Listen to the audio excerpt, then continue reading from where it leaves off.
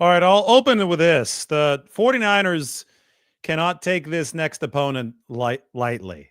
This game starts at 10 a.m. Pacific time. That should be the first red flag. That should be the first sign that this could be a danger zone for San Francisco. There was not a lot of hype about the Saints coming out of this offseason.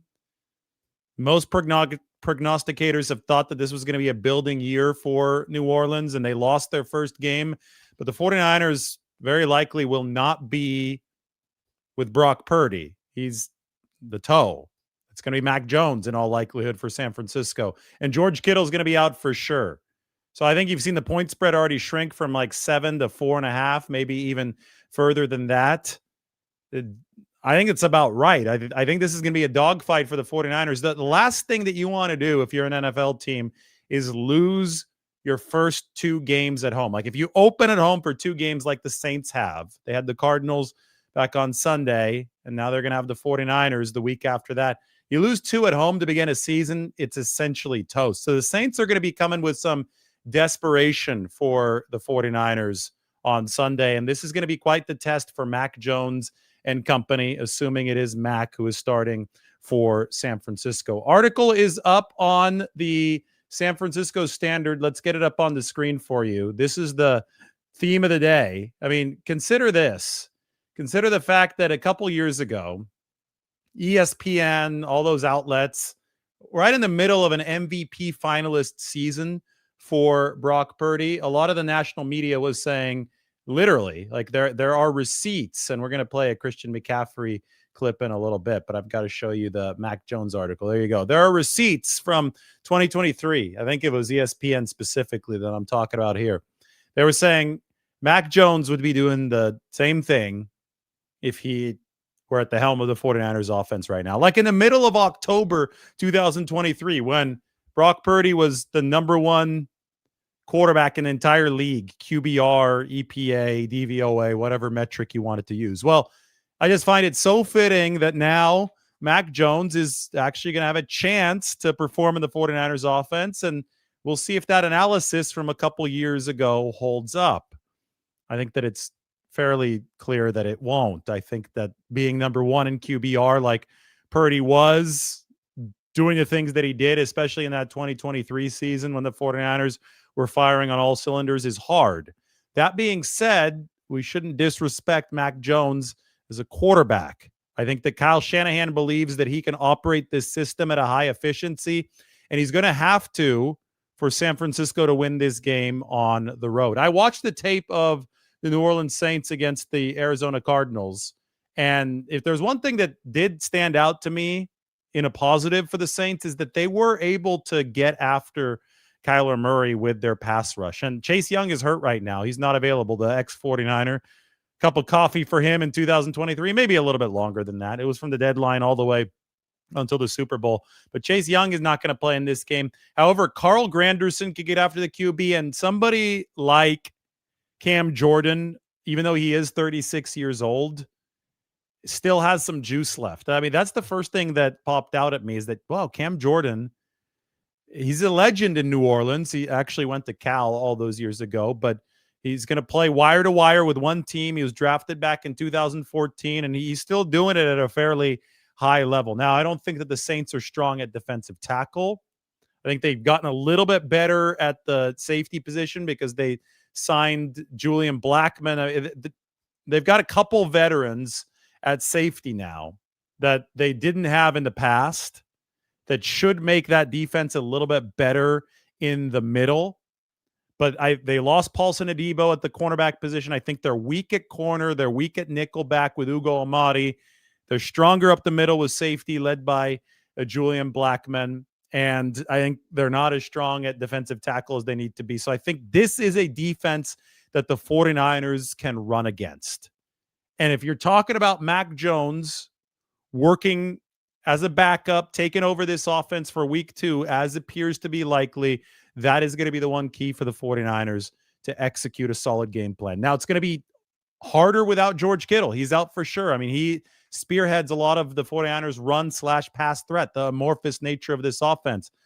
But the Saints gave up 5.4 yards per carry against the Cardinals. They gave up over 150 rushing yards in week 1. The Saints were the second worst run defense in the entire league last season. I get it. They've changed defensive leadership. Brandon Staley's now in, but Staley has been known for some struggles run defense-wise from the defenses that he's overseen, including the 49ers last year. I know he wasn't the coordinator, but I know that he was an important mind in that room, and it was the run defense that really struggled for the 49ers. They were number 29 in the NFL in 2024. Well, one of the teams that was worse than the 49ers, one of the few teams that was worse than the 49ers in run defense was the New Orleans Saints. And, you know, that number 30, number 31 run defense, depending on which metric you looked at, just wasn't good enough. And I think that the 49ers, after struggling to run the ball against the Seahawks in week 1, exposed Brock Purdy to a ton of pressure. I think that this week it is red alert. It is time to run the football and run it more efficiently, because that's how you're going to be able to protect Mac Jones. You can see the article up on the screen. Go check it out on the San Francisco Standard. As Mac Jones prepares to step in for Brock Purdy, here's what changes for the 49ers. In short, operationally, not a lot should change for San Francisco. The whole point of going out and improving QB2 with Mac Jones this offseason was to allow Kyle Shanahan to continue running his system even if Brock Purdy gets hurt. I don't think that they were able to run close to what they wanted when Brandon Allen and Josh Dobbs were in last year. I mean, you could have tried to, but you saw how ugly it got against the Green Bay Packers. That was the first game that Brock Purdy missed. I mean, it was brutal for San Francisco against Green Bay.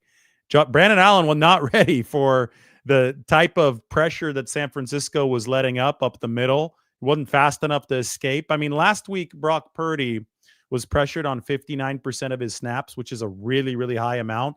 But the game-winning play to Jake Tonjes was a great example of him turning pressure into something that was a diamond for the 49ers. And, you know, speaking of that, the 49ers put out a really, really cool video of Kyle Juszczyk mic'd up. And we're going to talk a lot about Juszczyk, and we're going to talk a lot about Jake Tonjes because I interviewed him one-on-one, and I'll show you that one-on-one interview in a little bit. But very quickly, let's take a look at the 49ers clip. Juszczyk mic'd up on the play that I was just referencing. Brock Purdy, left one, it is Tonjes! No Touchdown, way! San Francisco! Yay! Yay! Yay!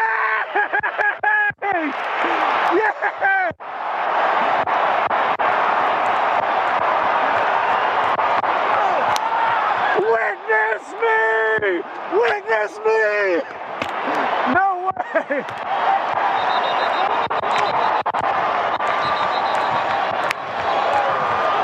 Jake Tonjes, the hero of week 1. I told you. Jake Tonjes, Los Gatos finest, hero of week 1. Let's go. Witness him. Come on, baby. All right, defense, finish it. All right, there's Kyle Juszczyk excited about Jake Tonjes, the hero of week 1, the Los Gatos leap. Well, I had a chance to catch up with Jake in the 49ers locker room today, and we talked about that specific play. So here's the one-on-one with Jake Tonjes talking about what he saw from his perspective, because in that clip, the camera's following Brock Purdy up until he throws the ball to Jake, but obviously a lot had to happen before then for him to work to get open, to find that side of the end zone where he eventually was able to wiggle his way around Reek Woolen and make that dramatic catch. Listen in. So Brock took the snap, then obviously went off schedule at that point. Once it turned into a scramble drill, what was your perspective on that play? I was just trying to get some separation from the guy guarding me. He kind of, usually they plaster in those situations, try and just stay on the guy. And he kind of lost track of me when I went behind him, and I was able to kind of just work my way around back up front and, snag the ball from him. So, at what point did you realize Brock may actually target me? I don't know. I saw the ball go up. I wasn't sure if it was out of bounds or not. But I figured I'd just go for it anyway. It was a pretty high ball. But yeah, it was really when the ball was in the air. I'm like, oh shit, I could maybe get to this. So Corner was at the time, from my view, he was in front of you. Or Yeah. did you have to kind of fight or maneuver around him? yeah, I thought maybe he might throw me on the back end line, so I kind of went the other way behind the corner, like to see if he could throw it, over by the field goal post towards that area of the end zone. So I was behind him, and I just had to kind of sneak back in front of him, and he couldn't see me, so I was able to snatch it from him. You remember anything from the first 10 seconds after you caught it, or is that a blackout kind of moment? Definitely, I remember this guy right here. You can point the camera at him. Headbutting me really hard in the head. That's Barch. That's Barch right there. But, it was just great. A great experience. Did black out a little, but got to celebrate with all the guys. Juszczyk was mic'd up going crazy on Yeah. the sideline. I'm sure you've seen all those videos at this point. Any favorite reactions a little bit later on? I mean, that was awesome just because, he's always, been a big supporter of me and helped me out a lot and learning the offense and just, giving me advice and stuff like that. So it was good to see him, excited and stuff like that. So you heard Kyle Juszczyk going crazy, mic'd up after Jake Tonjes made that catch, but there you heard the opposite side of things. You heard Jake Tonjes thanking Kyle Juszczyk, who's been a big proponent of his, who's helped him pick up the playbook, who's taught him some of the tricks at the NFL level. And, Kyle Juszczyk, one of the guiding pillars of this team. This is season number 9 for Kyle Juszczyk. I think that he had a little bit of a hand in that touchdown as well, just through some of the support that he showed Jake Tonjes over the years. So good example of a healthy locker room producing good results. Now, it's super on topic because George Kittle is now an injured reserve. How are the 49ers going to go into New Orleans and beat the Saints? And then how are they going to come back to Levi's and beat the Cardinals and the Jags after that? And then, of course, there's a game against the Rams after that. Kittle has to miss the next 4 minimum. How are the 49ers going to survive without their all-world tight end? Well, one of the ways that they're going to try to pick up the slack is by using Kyle Juszczyk as a tight end. I wrote a little bit about this today up on the Standard. You should definitely go check it out. It's part of this big piece. Kyle took 15 snaps. 15 of his 37 snaps on Sunday were as an inline tight end. And he is now spending quite a bit of time in the tight end's meeting room. Now, this might sound like it's revolutionary. I'm not trying to make it like, oh my God, this is something new, because it rather is a highlight or an underscore of the amorphous nature of this 49ers offense. And whenever guys do get hurt, this nature of the 49ers offense helps them overcome it. Kyle Shanahan today had a quote that really stuck out to me when it came to Kyle Juszczyk playing that tight end spot. And it's right here. You could see George Kittle in that picture. We'll make this a little bit bigger, and I'm going to highlight the quote. I'll read it in case it's a little bit too small for you to be able to see it. But the line between fullback and tight end has always been pretty blurred, Shanahan said. They're almost the same thing, just a very small difference in skill sets. But Juice is one of the smarter players I've been around. He's been here this is his 9th year. So we try to switch it up for him to keep it intriguing for him. We put him in some different position rooms. He goes back and forth more. But, we ask all of our tight ends to do what the fullback does too, in case we lose Juice in a game. So both of them, there's a lot of carryover. So Tonjes has played fullback before, and Kyle Juszczyk has played tight end before. And you could expect Kyle Juszczyk to play tight end with some more regularity moving forward, as George Kittle is going to be out for the next few weeks. It's all about adaptability. What you have to be able to do is you have to be able to sell a run block, or at least the threat of a run block, but also sell the threat of a pass pattern. If you're good at both of those things, you can play tight end or you can play fullback in this 49ers offense. Now, the types of blocks that Kyle Shanahan is asking from each of those positions might be a little bit different on average. For example, fullbacks are more commonly going to be asked to cross behind the offensive line and execute the really difficult cross blocks like we saw. I always talk about the Kyle Juszczyk one in 2019, week 2 against Carlos Dunlap, taking out a defensive end while starting on a different side of the center as that defensive end. Now, fullbacks are going to be tasked with those kind of blocks, a lot of sift blocks in this offense, whereas tight ends they're going to be a little bit more in space. They're not going to be behind the offensive line, but many times a tight end in this offense is helping chip a defensive end. Sometimes a tight end is taken on a D end alone, which can be a tougher matchup, but it still is a matchup that he's counted to at least slow the defensive end on. The point is that you've got to be a good blocker in this Shanahan offense while you still pack the threat of a pass catcher. And last week, we saw in that rail route from Kyle Juszczyk, he just kind of snuck out there, and it was a big 30-yard gain for the 49ers. Last week, we saw him execute both facets of the game, and it was just a matter of where he was lined up. Sometimes he was lined up as a fullback on probably 20 or so of his snaps, but on 15 of his snaps, he was lined up as an inline tight end. And I think that's going to be one of the ways that the 49ers try to pick up the slack without George Kittle in the lineup. Bottom line, though, is that they have to run the football. They got away with not running the football efficiently against the Seattle Seahawks, but did they really get away with it? The quarterback ended with an injury. I mean, he was pressured on 59% of his snaps. He ended up actually with 2 injuries. One time he was driven to the ground, so he hurt his non-throwing shoulder.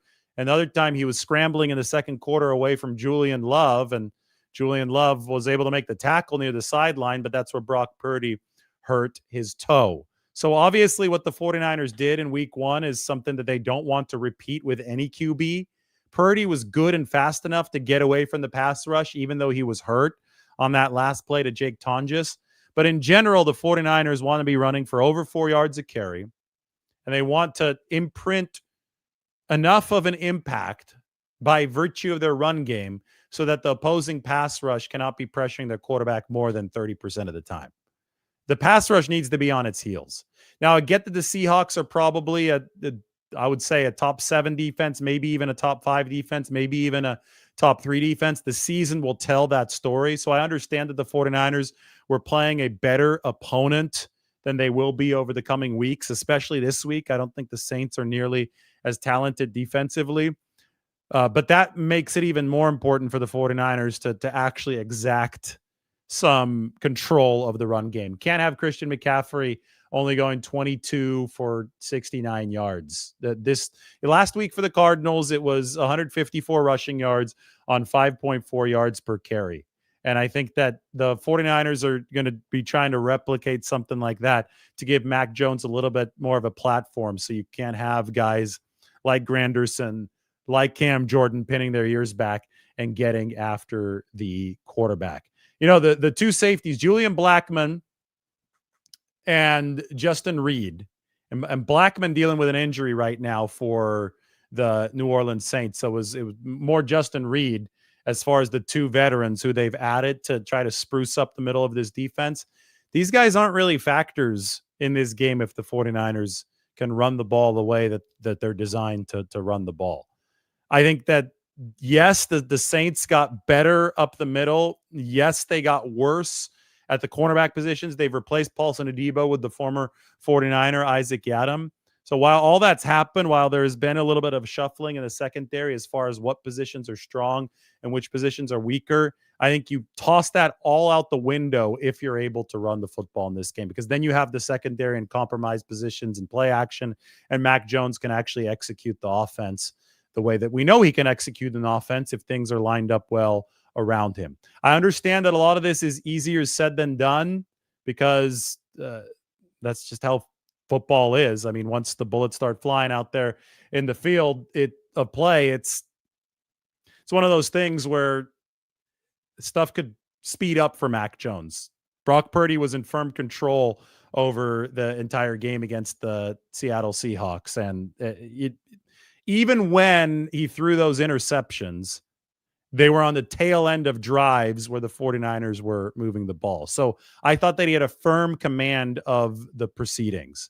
But that happened even when the 49ers did not have a grip on the run game. if Mac Jones has a grip on the run game, I think, and the 49ers give him that platform, I think that things will move at a speed that is amenable to him. This guy has started NFL games in the past. This is a quarterback that was a Pro Bowler in 2021. So we can say that it's easier said than done, but we also know that Mac Jones has experience and has a track record of succeeding when the system and the run game has done its job for him. And I think it's as simple as that for San Francisco in this football game. On the other side of the equation, you've got Spencer Rattler. And you've got a Saints offense. Alvin Kamara is no longer in his prime. He did have a nice touchdown run. They have a couple of good-looking, young offensive tackles. So both sides. Kelvin Banks Jr., who, this past season in college, his draft stock rose sharply. I mean, what he was able to do over the course of his final year, playing some SEC football now, people were talking about him as a potential 49ers target if he could slip down to where the 49ers were. Obviously, that didn't happen. San Francisco ended up drafting Michael Williams in the first round. But Kelvin Banks Jr. had an impressive debut against the Cardinals. For a rookie, his first game, he's playing at that left tackle spot. And then they have Talisi Fuaga on the right side. And this is a second-year player, so he's got 1 year of experience. He, to me, is more polished at this point. This has allowed him now to move back to the right side, too, the fact that they got Kelvin Banks on this team. He's got a year of polish under his belt, and I think that this offensive line now has at least two foundational pillars for the Saints moving forward, and it's going to create some intriguing matchups with both Nick Bosa and Bryce Huff and whomever else is rushing for San Francisco on that edge. It is up the middle where I'm just not as sure about the New Orleans Saints. Eric McCoy is the center. Cesar Ruiz, remember 49ers fans talking about him coming out of the draft not all too long ago, is playing right guard for this Saints team. I know that San Francisco is weaker along the interior defensive line than they have been in the past, but I think that they're also ahead of schedule in terms of their development there because somebody like Kalia Davis is giving them quality snaps now. Somebody like Jordan Elliott, I thought, gave them some quality snaps against the Seattle Seahawks. So this New Orleans offense, whereas it does have some explosive weapons with a Kamara, maybe he is past his prime, but a Chris Olave on the outside. I know that everybody likes to talk about Rashid Shaheed for this offense. They do have Brandon Cooks as well. That obviously is a past prime receiver too. Was playing for Dallas. Now he is with the Saints. They might have some speed on the outside and they may have some playmaking ability there, but I don't believe that they're as strong, as firm as they should be up front. And I do think the 49ers can create some problems there, especially if they can slow Kamara and the run game. And of course, Spencer Rattler is not a world beater at quarterback. So there's a reason why the 49ers are favored. And it's because they just got more talent than the Saints. And this is a New Orleans team that might be building under their first-year head coach, Kellen Moore, first-year defensive coordinator, Brandon Staley. But as we saw against the Cardinals, there is some danger that the Saints present. They almost tied that game there at the very end. They're paying their tight end, Juwan Johnson, a lot of money, $10 million a year. And he made some catches against the Cardinals, but he also dropped what should have been the game-tying touchdown. Would have been a difficult play, but Juwan Johnson was a receiver in college, so he's should be a little bit better at those contested catches, those downfield attacks than your typical tight end. He wasn't able to make the play at crunch time, but the point is that the Saints showed some fight. The Saints are going to come into this game with some desperation. They don't want to drop two in a row at home to begin the season, and the 49ers are probably going to be playing with their backup quarterback in Mac Jones. Kyle Shanahan today literally said it is a long shot for Brock Purdy to be able to play in this game, and he might miss multiple games for the 49ers. But the reason the 49ers upgraded QB2 was for situations just like this. You're playing a team whom you're better than, and all you need to do is execute the offense. Now, to execute the offense, you also have to be able to run the ball better than they did last week. But if that happens, and the Saints were the second worst run defense in football last year, and I don't think Brandon Staley has made them much better, based on week one. If those things happen, then the 49ers should be able to play some pitch and catch with Mac Jones as their QB.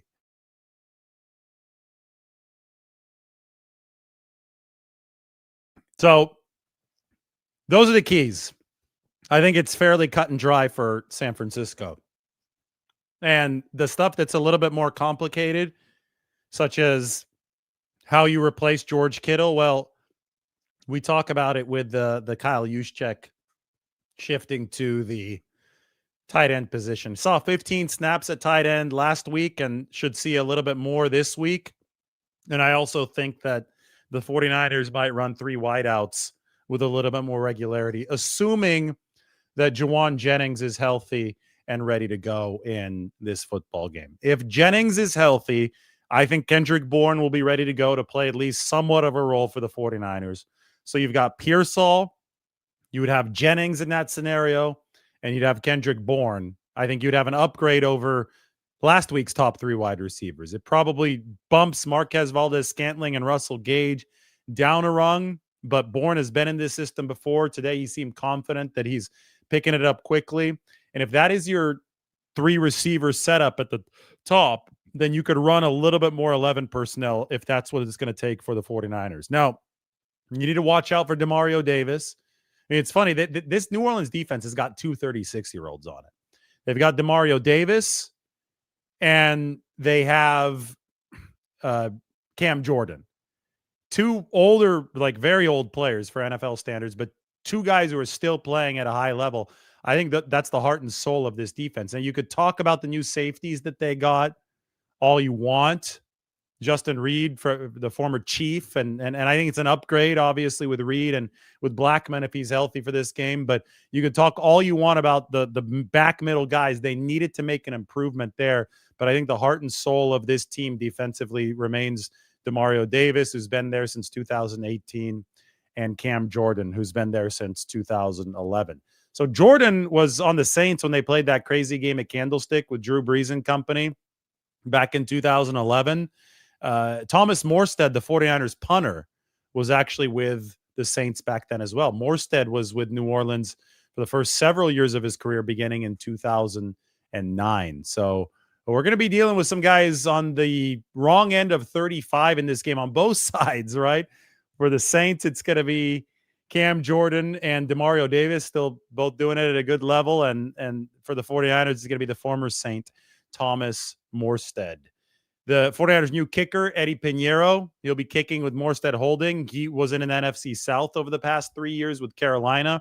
So he played 3 games in the Louisiana Superdome, or whatever they call it now, the Mercedes-Benz Superdome, or whoever the latest sponsor is for that stadium. He said it's a little bit dark in there, as I've noticed. This is going to be my first game at the Superdome. I didn't cover that 2019 49ers epic out there. But on TV, it has seemed that it is a little bit dark, but I can't wait because I heard it gets very, very loud in that building, and it's one of the old traditional buildings in the NFL. They're renovating and rebuilding all these stadiums across the league. The old Superdome in New Orleans, though, that's one that's been there since really Candlestick Park has existed, built in the early 1970s. Hell, the lights went out at both Candlestick Park and at the Superdome for a 49ers game.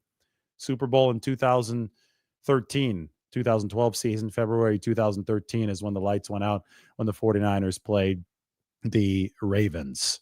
So that is my look at the matchup. Why don't we have a listen into the rest of the 49ers locker room today? Speaking of San Francisco's defense, Fred Warner has got a new sidekick this year. Here he is talking about D. Winters. Came in as a rookie and seeing him in OTAs and rookie minicamp, and I'm thinking, like, boy, I don't know. I don't know if he got a chance, but I mean, he actually has shown me that you can't judge a rookie by it's just the first impression. Sometimes it takes guys a little longer to figure it out, and he's figured it out in a big way, and he's only continuing to get better and just scratching the surface. So that was really cool to hear that from Fred Warner, saying that he was skeptical of D. Winters' ability to become the player he is now when he first entered the league out of TCU 2 years ago. I think that the improvement that he made year 1 to 2 and then 2 to 3, both of those were massive, massive jumps for D. Winters The biggest issue for him last year was that he wasn't healthy and couldn't stay healthy when that opportunity did arise. But it did seem that he had usurped Devondre Campbell on the depth chart right before Campbell, or right around the time that Campbell quit and walked out on the 49ers. This year, D has taken, I think, yet another step. And I think that you got to knock on wood here. He hit some people very hard on Sunday, and he was able to get through that without any injuries. So you just have to hope that he can stay healthy moving forward. But a huge part of this 49ers defense maturation in 2025 as they move throughout this season, with a ton of young guys, some rookies starting, a lot of first-time starters like D. Winters, as they try to turn into a true, consistent playoff level unit by the end of this season. A huge part of that effort is going to hinge on what D. Winters can bring to the table. And he was flying around the football. We already saw him do some great stuff in coverage last year. Remember when he blanketed DK Metcalf?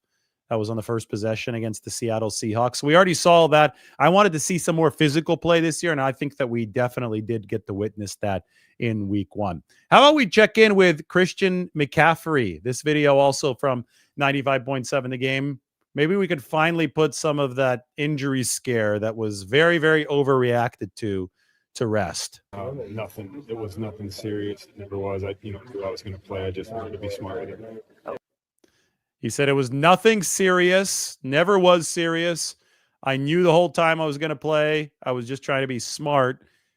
And, I hate to keep on repeating this, but now we've heard from Christian McCaffrey himself about that. It was obvious watching practice on Friday, and that's why I kept on reporting it, that Christian McCaffrey was moving really well, and that most signs point, I would say all signs. The fact that he didn't formally practice on Friday, people would argue that was a sign that he wasn't going to play. But, I wasn't naive enough to take Friday practice participation report on a day where the 49ers don't do anything anyway. I wasn't naive enough to let that alter my opinion. What I did is I looked at how he was interacting with his teammates, how well he was moving. All those things were normal. And then I realized that Kyle Shanahan was just obfuscating so that the Seattle Seahawks might have to prepare a little bit more for Brian Robinson Jr. Anyway, Christian McCaffrey has verified all that. Hopefully social media can calm down next time that there is a report of a 49ers player being limited at practice. That was one of the craziest overreactions that I've ever seen. Finally, we've got to hear from Nick Bosa talking about the 49ers injury situation, the Brock Purdy injury, and how the 49ers have to be ready to overcome whenever they are missing a key player or players. Yeah, I mean, we in the NFL, you got to prepare for injuries. Not that you want them to happen or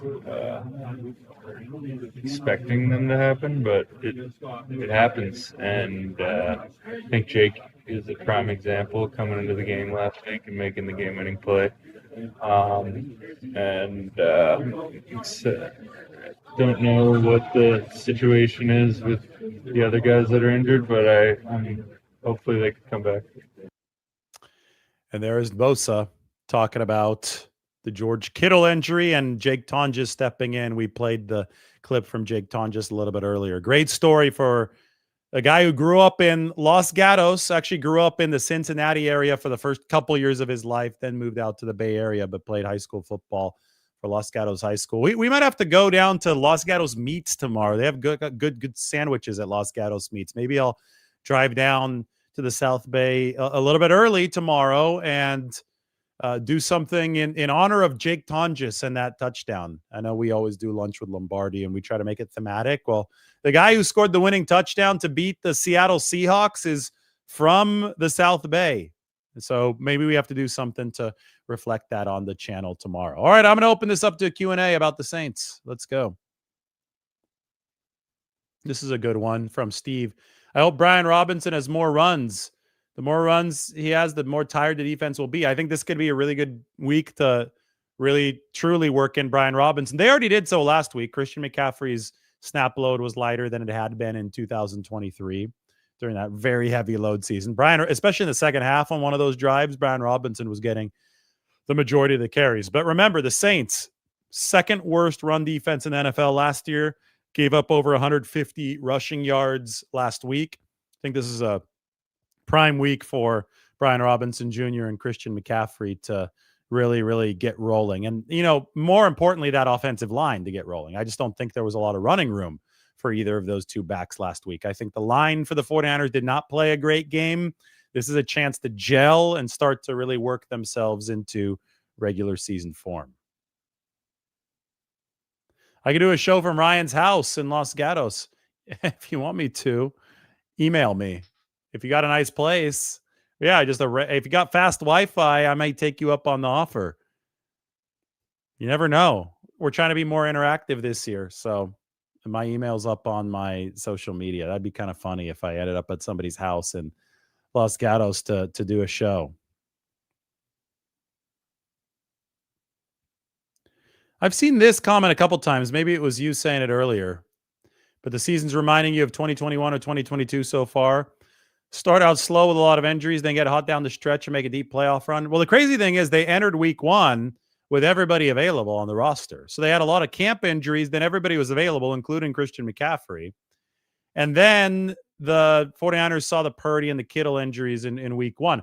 It's important to stack as many wins as you can whenever you have a chance to stack them, which was why winning week one was so big. Purdy fought through those injuries to help will the 49ers to victory. So they checked one off, and that was a division win, and it was huge, monumental even now that you could, when you consider the Purdy injury. But now they've got to get a second one. And I think that they're favored in this one. I get it. It's a 10 a.m. start. I understand that the Saints are going to be playing desperate, but they got Mac Jones for a reason. I think you've got a much higher shot of winning this game with Mac Jones as your QB2 than you would have had as with Brandon Allen or Josh Dobbs as the QB2. So all focus needs to be on going 2-0. If you're the 49ers, just beat the next opponent in front of you. And if they find themselves to 2-0, I get that in 2021, they were also 2-0. They beat the Lions and the Eagles on the road to begin that season. But then they started dropping games right that year. They ended up 3-5 at one point in 2021. I think they lost 4 in a row after they started 2-0. So I understand that even if you win this one, you're not fully out of the woods yet, but just take it a week at a time. Stack wins. You actually return home for Arizona and Jacksonville. And you've got to believe that even without Brock Purdy, 2 home games, it's reasonable to shoot for 1-1. So if you win this next one against the Saints team that doesn't look great, you could theoretically be looking at a 3-1 record before you go down to play the Rams. But a lot of it hinges on beating the Saints. I don't expect the 49ers to go 4-0, especially if Brock Purdy is out for the next couple weeks. Even if they play the next 2 at home, I think they can split one of Arizona and Jacksonville. But it's this game against the Saints that would determine whether or not splitting that leads to a 2-2 record or a 3-1 record. And as you can see, it's a fairly big swing in how those two would be perceived. So every week is big in the NFL. Here's a chance for the 49ers to grab a win with what looks to be their backup quarterback.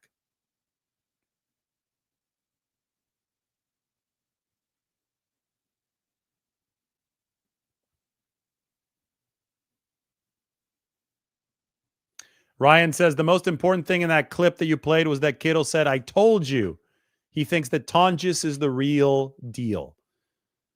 Well, Tonjes, he had his first big opportunity, and he delivered his first 3 career catches, including the game winner where he fought through Reek Woolen to make a dramatic catch that we've compared to Dwight Clark's catch. So, hey, all evidence so far suggests that George Kittle is right. And you know who else was super pumped up was Kyle Juszczyk, who has helped Jake Tonjes so much. So, big opportunity for Tonjes if the 49ers run a lot of the same personnel packages. But I do think that they augment that tight end room with Kyle Juszczyk. Why? Because they already did that last week with those 15 tight end snaps. The reason why you push for a positionless skill position offense is because of moments like this. You realize you're going to have injuries over the course of the season, so you can more easily shuffle pieces around, right? And last week they did it with Juszczyk. They do it even when guys are healthy because it keeps defenses on their heels. And I think the 49ers are going to do more of that. I think they are now comparatively stronger at receiver than they were last week because Kendrick Bourne is aboard. That all is going to depend on how healthy Jawan Jennings is. But I don't think you can hate the receiving trio of Pearsall, Jennings, and Kendrick Bourne with help from MVS and with potential help from Russell Gage. I think that's something that could do some damage for the 49ers if they deploy it correctly. So we may see a little bit more 11 personnel in this game.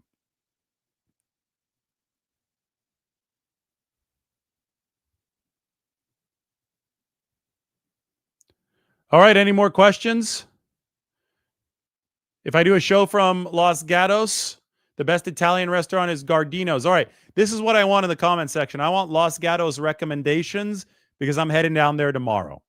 Either before or after practice. I think I'm going to go there before practice for lunch. But if I don't make it before lunch, I will head there after practice to go check out a dinner spot. So give me lunch and dinner recommendations in Los Gatos. That is the hometown of the one and only Jake Tonjes, who was featured in a one-on-one on this show. Everybody, thanks for watching. We took a look at what the 49ers must expose. That was the first preview of the New Orleans Saints for San Francisco. We're going to have much more coming throughout the course of this week.